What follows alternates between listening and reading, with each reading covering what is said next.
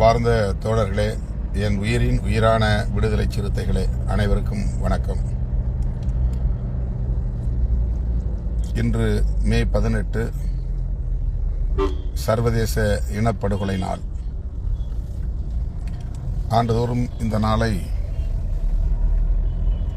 சர்வதேச இனப்படுகொலை நாளாக நாம் கடைபிடித்து வருகிறோம்.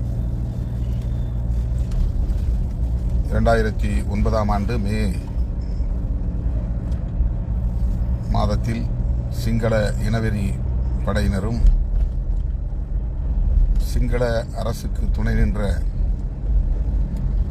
20க்கு மேற்பட்ட நாடுகளின் படையினரும் ஈவிரக்கமின்றி ஈழத் தமிழர்களை கொன்று குவித்து போர் முடிந்தது என்று அறிவிக்கப்பட்ட நாள். இந்த நாளில்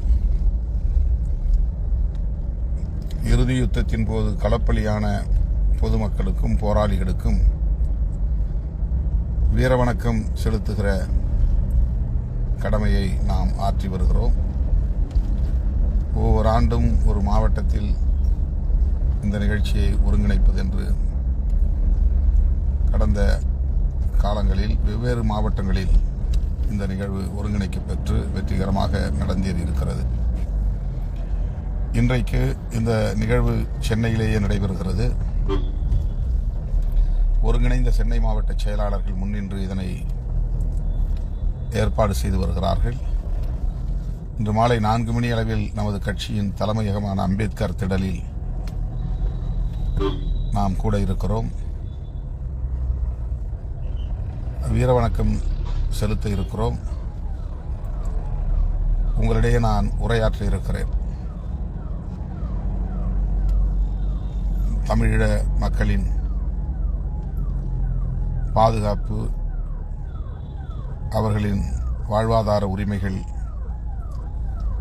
இன்னும் உறுதிப்படுத்தப்படாமல் உள்ளன. உலகளாவிய அளவில் மனித உரிமை ஆர்வலர்கள் கூட இது குறித்து பெரிதாக கவலைப்படவில்லை என்பது அதிர்ச்சி அளிக்கும் கசப்பான உண்மையாக இருக்கிறது. 1980களின் தொடக்கத்திலிருந்து ஈழத்தமிழர்களின் பிரச்சனைகளில் நாம், குறிப்பாக நான் கல்லூரி மாணவனாக இருந்த காலத்திலிருந்து ஈடுபட்டு வருகிறேன். பல்வேறு போராட்டங்களில் பங்கேற்று வருகிறேன். விடுதலை சிறுத்தைகள் கட்சியின் தலைவராக பொறுப்பேற்ற பிறகும் ஈழத்தமிழர்களுக்கான போராட்டங்களில் வெகு மக்களை நாம் பெருவாரியாக பங்கேற்க செய்திருக்கிறோம். எண்ணற்ற பல மாநாடுகள், பொதுக்கூட்டங்கள், பேரணிகள், ஆர்ப்பாட்டங்கள் என்று அடுக்கடுக்கான பல நடவடிக்கைகளை ஈழத்தமிழர்களுக்காக மேற்கொண்ட இயக்கம் விடுதலை சிறுத்தைகள் கட்சி. இன்றைக்கு சிங்கள இனவீரர்களின் கட்டுப்பாட்டுக்குள்ளே வடக்கு கிழக்கு மாகாணங்கள் சிக்கியுள்ளன. சிங்கள குடியேற்றம் இன்னும் நின்றபாடில்லை. நாளுக்கு நாள் அது பெருகிக் கொண்டே இருக்கிறது. அந்த இனப்படுகொலைக்கு காரணமான ராஜபக்சே மற்றும் அவரது சகாக்கள் யாரும் குற்றவாளி கூண்டில் நிறுத்தப்படவில்லை. இவ்வாறான பின்னணியில் தமிழீழ தாகம் குறித்து ஈழத்தமிழர்கள் இன்னும் விவாதித்துக் கொண்டிருக்கிறார்கள், களப்பணி ஆற்றி வருகிறார்கள். புலம்பெயர் தமிழர்கள் உள்ளிட்ட அனைவரும் என்றேனும் ஒரு நாள் ஈழத்தை வென்றெடுப்போம் என்கிற வேட்கையோடு பணியாற்றி வருகிறார்கள். இத்தகைய ஒரு சூழலில் விடுதலை சிறுத்தைகள் கட்சியின் சார்பில் சர்வதேச இனப்படுகொலை நாளை நாம் கடைபிடிக்க இருக்கிறோம். எனவே என் உயிரின் உயிரான விடுதலை சிறுத்தைகளே, சென்னை, செங்கல்பட்டு, காஞ்சிபுரம், திருவள்ளூர் ஆகிய மாவட்டங்களை சார்ந்த முன்னணி தோழர்களே, தவறாமல் இன்று மாலை 4 மணி அளவில் நமது கட்சியின் தலைமையகத்திற்கு வந்து நிகழ்ச்சியை சிறப்பிக்க வேண்டுமாறு கேட்டுக்கொள்கிறேன். அடுத்து மே 14ஆம் தேதி, மே 31ஆம் தேதி நாம் நடத்துவதாக அறிவித்திருந்த மதச்சார்பின்மை காப்போம் பேரணி ஜூன் 14 அன்று நடத்துவதாக மாற்றி அறிவித்திருக்கிறோம். நேற்று கடலூரில் நடைபெற்ற செய்தியாளர்கள் சந்திப்பில் இந்த அறிவிப்பை செய்தேன். 7 இடங்களில் மண்டல வாரியான கலந்தாய்வு கூட்டங்கள் நடைபெற்றன. தொடர்ந்து சுற்றுப்பயணத்தில் நம்முடைய இயக்கத்தின் முன்னணி தோழர்களை எல்லாம் நான் சந்திக்க நேர்ந்தது. சென்னை மண்டலம் மறைமலை நகரிலும், வேலூர் மண்டலம் வேலூரிலும், சேலம் மண்டலம் சேலத்திலும், கோவை மண்டலம் கோவையிலும், மதுரை மண்டலம் தென் மண்டலம் மதுரையிலும், டெல்டா மண்டலம் திருச்சியிலும், விழுப்புரம் மண்டலம் பாண்டிச்சேரி உட்பட விழுப்புரத்திலும் நடைபெற்றது. 8ஆம் தேதி தொடங்கி 15ஆம் தேதி நிறைவு பெற்றது. இந்த பயணத்தின் ஊடாக முன்னணி தோழர்கள் சிலரிடம் நான் கலந்துரையாடியதன் விளைவாக இன்னும் நமக்கு கொஞ்சம் கால அவகாசம் தேவை. ஒன்றிய வாரியான செயற்குழு கூட்டங்களை கூட்டி அவர்களுக்கு வழிகாட்ட வேண்டும். வண்டிகள் பேரணிக்காக ஏற்பாடு செய்ய வேண்டும். பொருளாதார நெருக்கடிகளால் தோழர்கள் தயங்குகின்றனர். ஆகவே அவர்களுக்கு பொருளாதாரத்தை ஏற்பாடு செய்வதற்கு கூட ஒரு கால அவகாசம் தேவைப்படுகிறது என்கிற கருத்து பலரிடமிருந்தும் வந்தது. ஆகவே பொதுச் செயலாளர்களோடு நான் கலந்து பேசி இந்த அறிவிப்பை செய்ய நேர்ந்தது. ஜூன் 14ஆம் தேதி அதே திருச்சிராப்பள்ளியில் இந்த பேரணி நடைபெறும் என்பதை மீண்டும் நான் உறுதிப்படுத்துகிறேன். இதில் எந்த விதமான ஐயமும் வேண்டாம். மேலும் தள்ளி போகுமா என்ற ஐயம் வேண்டாம்.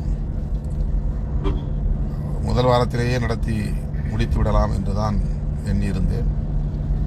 தவிர்க்க முடியாத காரணங்களால், அது ஏற்கனவே பல நிகழ்ச்சிகளுக்கு நான் ஒப்புக்கொண்ட காரணங்களால் அந்த வாரங்களில் 2வது சனிக்கிழமை அரசுக்கும் விடுமுறை என்கிற சூழலில், அரசு விடுமுறை என்கிற சூழலில் அது அனைவருக்கும் ஏதுவாக அமையும் என்ற காரணத்தினால் ஜூன் 14ஆம் தேதியை முடிவு செய்திருக்கிறோம். 10 நாட்கள் தள்ளி போய்விட்டது என்பதனால் யாரும் தொய்வடைந்து விட வேண்டாம். இந்த நாட்களை பயன்படுத்திக் கொண்டு இன்னும் தீவிரமாக துண்டறிக்கைகளை அச்சிட்டு, சுவரொட்டிகளை அச்சிட்டு பரப்புரைகளை மேற்கொள்ள வேண்டும். ஒன்றிய வாரியாக வண்டிகளை முன்பதிவு செய்ய வேண்டும். ஒவ்வொரு ஒன்றியத்திலிருந்தும் எத்தனை வண்டிகள் வருகின்றன என்பதை கணக்கெடுத்து தலைமைக்கு அனுப்பி வைக்க வேண்டும் என்று கேட்டுக்கொள்கிறேன். இதுவரையில் நாம் நடத்திய பேரணிகளை விடவும் மாநாடுகளை விடவும் இது மாபெரும் பேரணி அரசியல் அரங்கை நம்மை நோக்கி ஈர்க்கும் வகையிலான ஒரு மகத்தான அணி திரட்சி என்று காட்டக்கூடிய வகையிலே ஒவ்வொருவரும் தீவிரமாக களமிறங்கி பணியாற்ற வேண்டும் என்று கேட்டுக்கொள்கிறேன். துணைநிலை அமைப்புகளை சார்ந்தவர்கள், குறிப்பாக மகளிர் விடுதலை இயக்கத்தை சார்ந்தவர்கள், பெருவாரியாக மகளிர் அணியினரை திரட்டி வருவதற்குரிய பணிகளை ஆற்ற வேண்டும். இஸ்லாமிய ஜனநாயக பேரவை இதில் முழுமையாக இறங்கி, முழு மூச்சாக இறங்கி பணியாற்ற வேண்டும். 2 நாட்களில் இஸ்லாமிய ஜனநாயக பேரவையின் மாநில செயற்குழு கூட்டத்தை கூட்ட இருக்கிறோம். சரியான தேதி என்ன என்பதை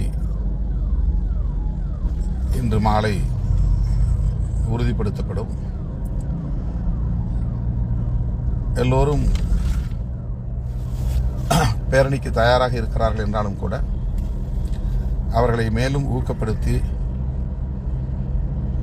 அவர்கள் இன்னும் தீவிரமாக பணியாற்றக்கூடிய வகையில் ஒருங்கிணைப்பாளர்கள் அவரவருக்கு ஒதுக்கப்பட்ட பகுதிகளில் இருந்து தங்கி இருந்து பணியாற்ற வேண்டும் என்று கேட்டுக்கொள்கிறேன். தள்ளி போய்விட்டது என்பதனால் கடைசி நேரத்தில் போனால் போதும் என்று எண்ணிவிடக்கூடாது.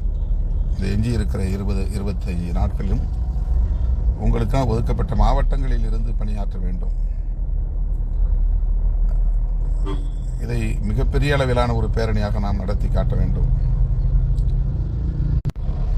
மதச்சார்பின்மைக்கு நேர்ந்துள்ள ஆபத்து மிகவும் கவலை அளிக்கக்கூடியதாக இருக்கிறது.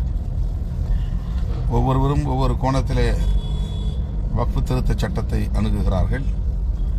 நாம் அது இஸ்லாமியர்களுக்கு மட்டும் எதிரானதல்ல, அரசமைப்பு சட்டத்தின் உயிர்மூச்சு கோட்பாடாக இருக்கிற மதச்சார்பின்மைக்கு எதிரான தாக்குதல் பாசிச தாக்குதல் என்பதை உணர்ந்திருக்கிறோம். அந்த அடிப்படையில் தான் பரப்புரைகளையும் மேற்கொண்டு வருகிறோம். அதனை உறுதிப்படுத்தக்கூடிய ஒரு மாபெரும் மக்கள் திரள் பேரணியாக இந்த பேரணியை நாம் ஒருங்கிணைக்கிறோம். எனவே இஸ்லாமிய ஜனநாயக பேரவை மாநில செயற்குழு விரைவில் கூடும். அதேபோல தொண்டரணிக்கான மாநில செயற்குழுவும் என்ன தேதி என்பதை பின்னர் அறிவிக்க இருக்கிறேன். மாநில செயற்குழுவும் கூட இருக்கிறது. மற்ற துணைநிலை அமைப்புகளை சார்ந்தவர்கள் ஆங்காங்கே ஒருங்கிணைப்பாளர்களோடு இணைந்து செயல் திட்டங்களை தீட்டி துண்டறிக்கைகளை அச்சிட்டு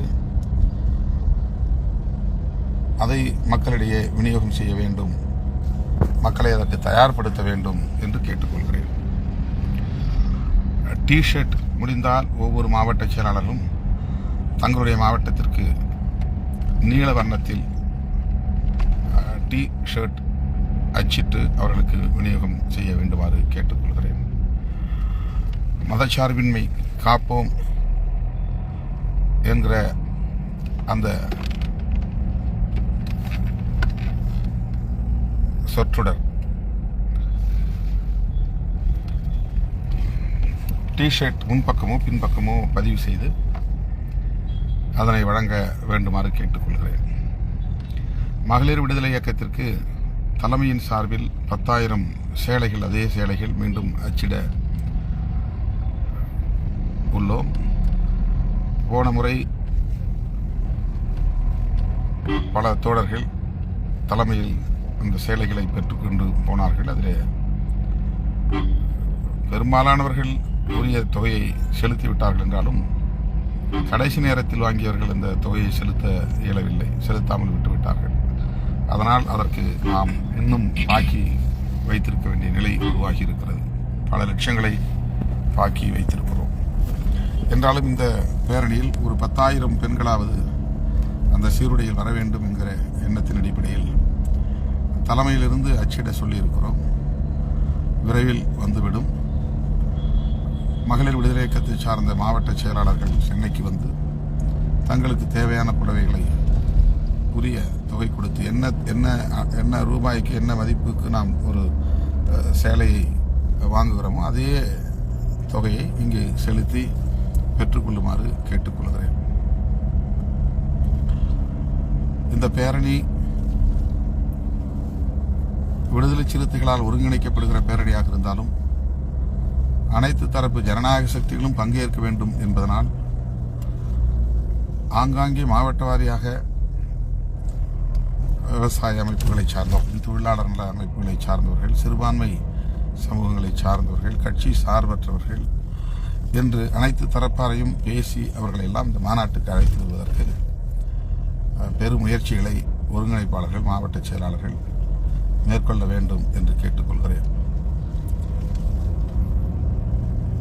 23ஆம் தேதி, 22ஆம் தேதி மற்றும் 23ஆம் தேதி 2 நாட்கள் நமது கட்சியிலிருந்து தேர்ந்தெடுக்கப்பட்ட 30 பேர் ஒரு மாவட்டத்திற்கு ஒருவர் என்கிற அடிப்படையில் இந்திய தேர்தல் ஆணையம் தரவிருக்கிற வாக்குச்சாவடி தொடர்பான பயிற்சி முகாமில் பங்கேற்க செல்கிறார்கள். ஒரு மாவட்டத்திற்கு ஒருவர் என தேர்ந்தெடுத்து நாம் அனுப்பியிருக்கிறோம். பின் வரும் காலங்களில் வரக்கூடிய வாய்ப்புகளில் அடுத்த தோழர்களுக்கான வாய்ப்பு அளிக்கப்படும். இந்த 22, 23ஆம் தேதி டெல்லியில் நடைபெறவிருக்கிற தேர்தல் ஆணையத்தின் பயிற்சி முகாமில் இடம்பெற உள்ள தோழர்கள் அவரவர் சொந்த செலவில் டெல்லிக்கு போய் அந்த பயிற்சி பாசறையில் பங்கேற்க வேண்டும். சொந்த செலவிலேயே திரும்ப வேண்டும். 2 நாட்கள் டெல்லியிலே தங்கியிருப்பதற்கும் உணவுக்கும் தேர்தல் ஆணையமே செலவை ஏற்றுக்கொள்வதாக அறிவித்திருக்கிறார்கள். இந்த பயிற்சியில் பங்கேற்பவர்கள் வந்து அதன் பிறகு கட்சியில் உள்ள மற்றவர்களுக்கு இந்த பயிற்சியை தரக்கூடிய அளவுக்கு கற்று தேர்ந்து வர வேண்டும். ஆகவே அங்கு இந்தி அல்லது ஆங்கிலத்தில் தான் சொல்லி தரப்படும். ஆங்கிலம் தெரிந்த தோழர்கள், ஆங்கிலம் தெரியாத தோழர்களுக்கு அங்கேயே அவர்களுக்குரிய ஐயங்களை போக்கக்கூடிய வகையில் சொல்லித்தர வேண்டும் என்பதும் முக்கியமான ஒரு தகவல். இடம்பெற்றுள்ள அந்த பட்டியலில் இடம்பெற்றுள்ளவர்கள் யாரும் போகாமல் இருந்துவிடக்கூடாது. கட்டாயம் அதில் போய் பங்கேற்க வேண்டும் என்பதையும் இந்த நேரத்திலே ஒரு தகவலாக பகிர்ந்து கொள்ள விரும்புகிறேன். இன்று மாலை நடைபெறவிருக்கிற நிகழ்ச்சி குறித்து சென்னை மாவட்டத்தை சார்ந்த தோழர்கள் நன்கு அறிவார்கள். அண்டை மாவட்டங்களில் உள்ள தோழர்கள் இந்த நேரலை மூலமாக தகவலை அறிந்திருப்பீர்கள் என்று நான் கருதுகிறேன். எனவே அண்டை மாவட்டங்களில் உள்ள முன்னணி தோழர்களும் தவறாமல் இந்த நிகழ்ச்சியிலே பங்கேற்க வேண்டும் என்று மீண்டும் ஒரு முறை கேட்டுக்கொள்கிறேன். 19ஆம் தேதி, அதாவது நாளை மாலை 4 மணி அளவில் புதுக்கோட்டையில் வடகாடு சாதி வெறியாட்டத்தை கண்டித்து எனது தலைமையில் ஆர்ப்பாட்டம் நடைபெறுகிறது. புதுக்கோட்டை மாவட்டத்து பிரச்சினை என்பதனால் புதுக்கோட்டை மாவட்டத்தை சார்ந்த சிறுத்தைகள் பங்கேற்றால் போதும் என்று அண்டை மாவட்டங்களை சார்ந்த முன்னணி தோழர்கள் அதில் பங்கேற்காமல் இருந்துவிட வேண்டாம். இது மிக முக்கியமான பிரச்சனை. ஆகவே திருச்சி மற்றும் தஞ்சை ஆகிய அண்டை மாவட்டங்களை சார்ந்த தோழர்கள் இந்த ஆர்ப்பாட்டத்திலே தவறாமல் பங்கேற்க வேண்டும் என்று கேட்டுக்கொள்கிறேன். வடகாடு கிராமத்தை சார்ந்த ஆதி திராவிட பொதுமக்கள் தமது முன்னோரால் வழிபட்டு வந்த அடைக்கலம் காத்த ஐயனார் திருக்கோயிலை திறந்து விடும்படி கோரிக்கை வைத்துள்ளனர். அந்த கோரிக்கை தான் இப்போது அங்குள்ள முக்கியமான கோரிக்கை. அது எந்த பிரச்சனைகளுக்கு மூல காரணமாக இருக்கிறது என்பதை அரசு மற்றும் அதிகார வர்க்கம் அறிந்திருக்கும். ஆனாலும் கூட அவர்கள் அதை ஒரு பொருட்டாக எடுத்துக்கொள்ளவில்லை என்கிற சூழலில் தான் இந்த போராட்டத்தை நடத்த வேண்டிய தேவை நமக்கு எழுந்துள்ளது. அடைக்கலம் காத்த ஐயனார் கோயிலை திறந்துவிட வேண்டும். அதனையொட்டி அமைந்துள்ள மைதானத்தில் புழங்குவதற்கு ஆதி திராவிட சமூகத்தினரை அனுமதிக்க வேண்டும். இது மிக முக்கியமான கோரிக்கை. சாதி வெறியாட்டத்தில் ஈடுபட்ட அனைவரையும் கைது செய்ய வேண்டும் என்கிற அடுத்த கோரிக்கை. ஆகவே இந்த ஆர்ப்பாட்டம் வெற்றிகரமாக அமைவதற்கு இயக்கத்தோழர்கள் தவறாமல் நாளை மாலை 4 மணி அளவில் புதுக்கோட்டையில் நடைபெறவுள்ள ஆர்ப்பாட்டத்திலும் பங்கேற்க வேண்டும் என்று வேண்டுகோள் விடுக்கிறேன். அனைவருக்கும் நன்றி. மீண்டும் வாய்ப்புள்ள போது நேரலையில் உங்களோடு இணைவேன் என்பதை சொல்லி விடைபெறுகிறேன். நன்றி, வணக்கம்.